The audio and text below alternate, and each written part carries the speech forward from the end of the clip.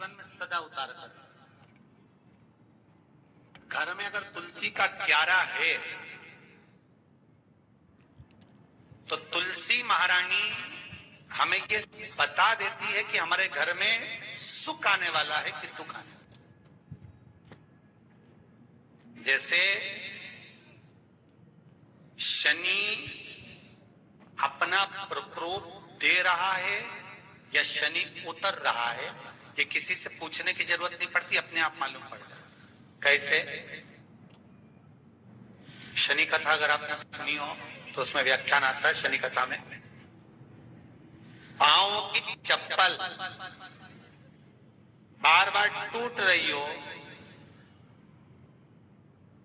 कमर से नीचे जो वस्त्र पहने हो वो फट रहे हो, कहीं पजामा है, धोती है, आदि वस्त्र हैं, कपड़े हैं, वो अपने आप फट। आज के जमाने में तो फटे फटाए पहनते हैं लोग, कैसे? उसकी गारंटी नहीं है, उसका हम वर्णन नहीं कर। हम जब पहनते हम समझ जाते हैं इसको शनि तो ऑलरेडी लगा ही हुआ। जब उनका घुटना घुटनी सब फटा हुआ दिखता है तो उसमें लग जाता है कि शनि पहले से लग गया बापड़ा, उनके पहने से तो बात पड़े। शनि का नियम है, शनि कथा कहती है पांव की चप्पल बार बार टूट रही हो, घिस गई हो, बत्ती टूट रही हो, कुछ कर रही हो, और अगर कमर से नीचे जो वस्त्र पहने हो वो अपने आप फट रहे हो, समझ ले कि शनि पांव से प्रवेश कर रहा, मतलब अपनी प्रखरता शनि दिखा रहा। किसी मंदिर में गए महाराज और वहां जाने पर चप्पल चली गई तो समझ लेना शनि की कुदृष्टि अब पड़ना बंद होना चालू हो गया। कितना सुंदर कहा है महाराज। जूता चप्पल आज के जमाने में तो फैशन हो गई साहब, घर की चप्पल अलग होती है, बाहर की चप्पल अलग होती है। लोग घर में चप्पल किचन तक में पहन के जाते हैं। अरे पानी ले जाओ सीओर से। रसोई घर में लोग चप्पल पहन कर जाते हैं, जहां भगवान का प्रसाद बन रहा है, जहां अन्नपूर्णा निवास कर रही है, और पूछो तो किचन की चप्पल है तो माथे पे रख लो। तो अपनी माँ को जरूर देखना है, वो बूढ़ी माँ कितनी बार किचन में चप्पल पहन कर गई, मुझे जरूर फोन कर कर बताना। बूढ़ी माँ रसोई घर में आज भी बिना चप्पल के जाती है, और बहुओं की कहीं एड़ी नहीं फट जाए, ठंड नहीं बैठ जाए, इसलिए ये रसोई घर तक में चप्पल पहन कर जाती है। सूर्य नारायण की कथा पढ़ना, शनि महाराज की कथा पढ़ना, और गरुड़ पुराण की कथा पढ़ना। जिन जिन कथाओं का हम व्याख्यान करें उसको पढ़ना जरूर हो। क्या लिखा है? घर के अंदर जब चप्पल जाती है, रोग, बीमारी, कष्ट, तकलीफ चालू हो जाती है। तुमने चप्पल क्यों पहनी? ठंड नहीं बैठ जाए, रोग नहीं बैठ जाए। घर के अंदर उतना बढ़ गया, एक कालीन बिछा दो, एक दरी बिछा दो, मोटा आसन बिछा दो, जिस पर तुम चल लो। जरूरी है कि कई कई लोगों को तो हमने ये भी देखा कि कालीन पर भी चप्पल पहन के चलते, और ब्राह्मणों को भोजन परोस रहा है, गुरुजन को भोजन परोस रहा है, ठाकुर जी की थाली बना रहा है, ठाकुर जी का थाल लगा रहा है, तो भी चप्पल है पांव। तेरा क्या होगा रे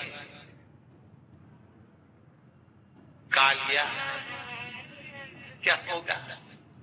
विचार तो करो। देह पड़ी रह जाए यहीं पर,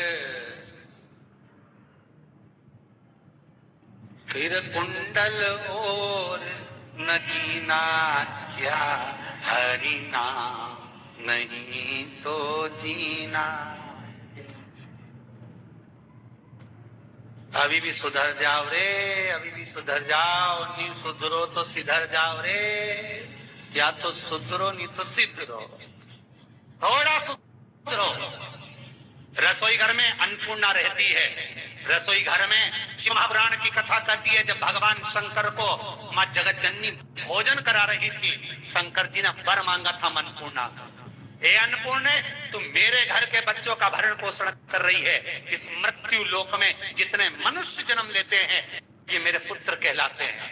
तो अन्नपूर्णा ने कहा चिंता मत करना भोलेनाथ, जिस जगह पर एक स्त्री, बेटी, कन्या या घर की बहू या बूढ़ी माँ भोजन बनाएगी, उस जगह पर मैं अन्नपूर्णा उसके शरीर में प्रवेश करूंगी।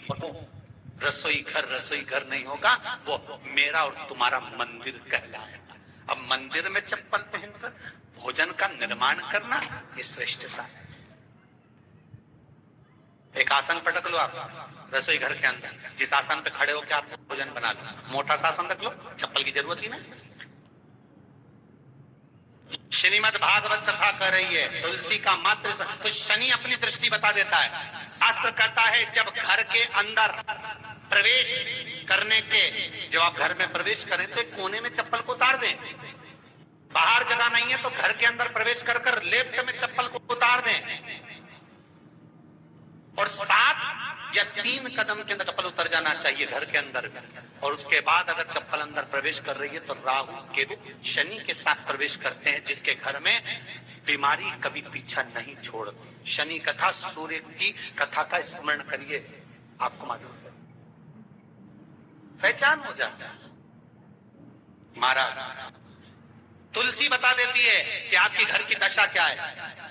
बार बार जल डालने के बाद भी तुलसी सूख रही है, बार बार आप पूजन कर रहे हैं, पाठ कर रहे हैं, तो भी तुलसी के दल सूख रहे हैं। तुलसी बता देगी कि तुम्हारे घर में तकलीफ आने वाली है, कष्ट आने वाला है, सूख रही है।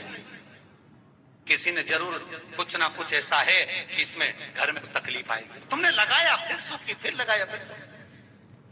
तुलसा महारानी बता देती है कि कष्ट है, और जिस गमले की तुलसा घेर घमोर हो, फलित तो हो, आनंद में हो, तो उस घर में फिर दुख नहीं आता, समृद्धि खुद बढ़ती।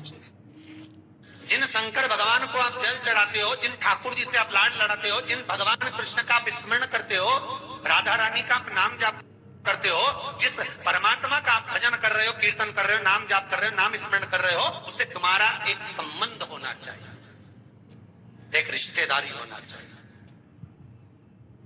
और उससे जब तुम्हारा कोई संबंध रहेगा, उससे जब तुम्हारी कोई रिश्तेदारी रहेगी, तो उस रिश्तेदारी में जैसे ही आपके प्राण छूटे, और छूटते से ही आप जब गए, तो जाते ही आप कहोगे कि कृष्ण से मेरा ये संबंध है, वो मेरा पुत्र, वो मेरा भाई, वो मेरा बेटा, वो मेरा सगा, वो मेरा रिश्तेदार, वो मेरा कुटुंबी, वो मेरा पुत्र। जब कहोगे तो तुरंत प्रवेश हो जाए। महाराज भगवान से संबंध होना चाहिए। कई लोग भगवान को सवेरे से रिझाने बैठते हैं तो भगवान को बनी बनाई बात कहते हैं, ये पाठ कर लो, ये पाठ कर लो, ये पाठ कर लो, ये स्तुति कर लो, सारा बना बनाया। तुमने अपने दिल से कौन सी स्तुति गाई? तुमने अपने दिल से कौन सा भगवान को निवेदन करा, कौन सा नमन करा? बस सवेरे उठना है, नहाना है, भगवान के सामने जाना है, भगवान को नहलाना है, कपड़े पहनाना है, अगरबत्ती लगाना है, थोड़ा सा शक्कर का भोग लगाना। इतने सारे देवी देवता, शंकर जी, राम जी, गणेश जी, सारे देवता, और 2 खुरमा लेके, तो 1 बालूशाही लेके, 2 मठरी लेकर आ गए, 1 मठरी लेकर आ गए, और भगवान को इतनी सी कटोरी में रख दिया। अब बोले, कई लोगों से पूछा, इतनी सी कटोरी में 1 मठरी, 1 खुरमा का, और रोज मठरी खुरमा एक साथ नहीं रखती, वो तो आज दिन मठरी का भोग लगा दिया, कल खुरमे का लगाएगी, परसों गुजिया का, परसों पपड़िया का, कोई डब्बे में भरे भराए रखे, और 1 लड्डू रोज लगा देगी, इतना बड़ा। तो पूछा, इतना सा लड्डू और इतने सारे भगवान कैसे खाते होंगे? तो क्या भाव से। तो हमने कहा तुम भगवान को क्यों, बहुत दुख है,